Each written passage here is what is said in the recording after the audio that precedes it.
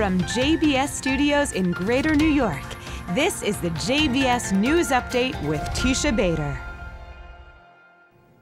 I'm Teisha Bader with the JBS News Update for Wednesday, March the 14th, 2018.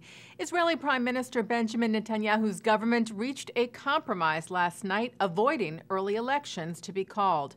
We had reported to you about a crisis in Netanyahu's coalition over a bill that would exempt the ultra-Orthodox from serving in the IDF.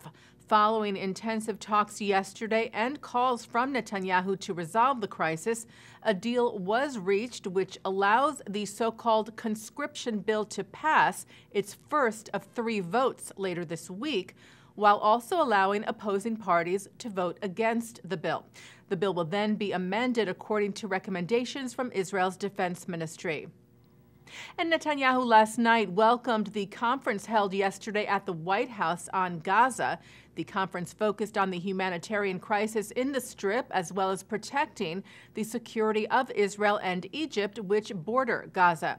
As we reported to you, representatives from Israel and a large number of Arab countries attended the conference, but not from the Palestinian Authority, who are still protesting the U.S. recognition of Jerusalem as Israel's capital, and also the U.S. decision to move their embassy from Tel Aviv to Jerusalem. Netanyahu wrote on social media last night of the countries who were at the conference. We hope that their participation will lead to progress towards greater regional stability and peace with the Palestinians. Israeli security forces intercepted 2 smuggling attempts this week at Israel's border with Gaza. Kerem Shalom border crossing security worked together with the coordination of government activities in the territories to stop a large number of IDF uniforms from being smuggled into the enclave, presumably to be used as disguises for terrorists. And in a separate incident, they also found mercury that can be used as a chemical catalyst in terror activities. All of the items were confiscated and an investigation is ongoing. The Israeli soldier who shot and killed a Palestinian terrorist back in 2016 may see an early parole. If you recall, Elor Azaria was found guilty of manslaughter last year for killing an incapacitated Palestinian terrorist after he had attacked 2 other soldiers with a knife. Azaria argued that he felt the terrorist was still a threat, while others claimed the shooting was unwarranted. The case caused a great divide within Israeli society. Azaria, who is serving a 14-month sentence, asked for an early release today, and military prosecutors said they would allow that in a few months. The parole board has yet to reach a decision on the matter. If they agree, Azaria would be released from prison this May, 4 months early. The United Nations today published its World Happiness Report, and Israel has retained its spot as the 11th happiest country in the world for the 5th year in a row. The report looks at 156 countries on the basis of such factors as income, freedoms, healthy life expectancy, and social support. Finland came in first place this year, the U.S. in 18th. A new television competition in Cain will be taking place next month, and 2 out of the 10 shows competing for prizes are from Israel. The Cain Series contest will bestow awards for Best Music, Screenplay, Performance, Special Performance, and Best Series. The finalists were announced yesterday, and Israel is the only country with 2 of those finalist slots. For the programs When Heroes Fly and Miguel.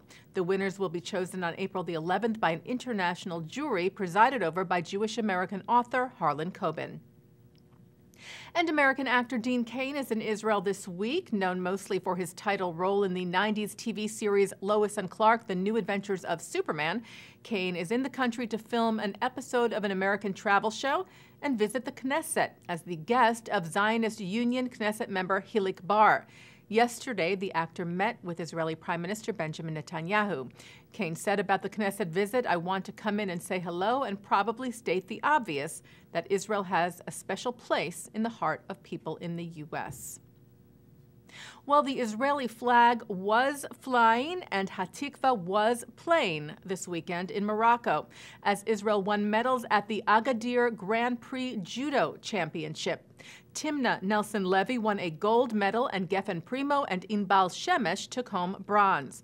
While we've reported recently of Arab countries refusing to fly the Israeli flag or play Israel's national anthem, the Israeli women's team coach Shani Hershko said of this recent event, "It is a great experience to win a gold medal in Morocco, hear Hatikva, and feel so proud of our athletes and the State of Israel."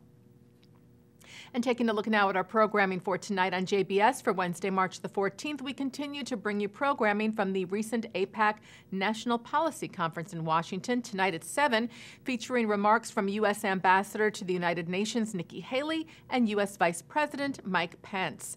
Then at 9, Mark Golub sits down with Israeli Arab Muslim Zionist Yahya Mahmoud on L'chaim. At 10:30, it's a look at emerging fashion styles and trends from Israel. And coming up right after this newscast tonight at 6:30, it's Thinking Out Loud with Micah Halpern. And that's the JBS News Update for Wednesday, March the 14th, 2018. I'm Teisha Bader.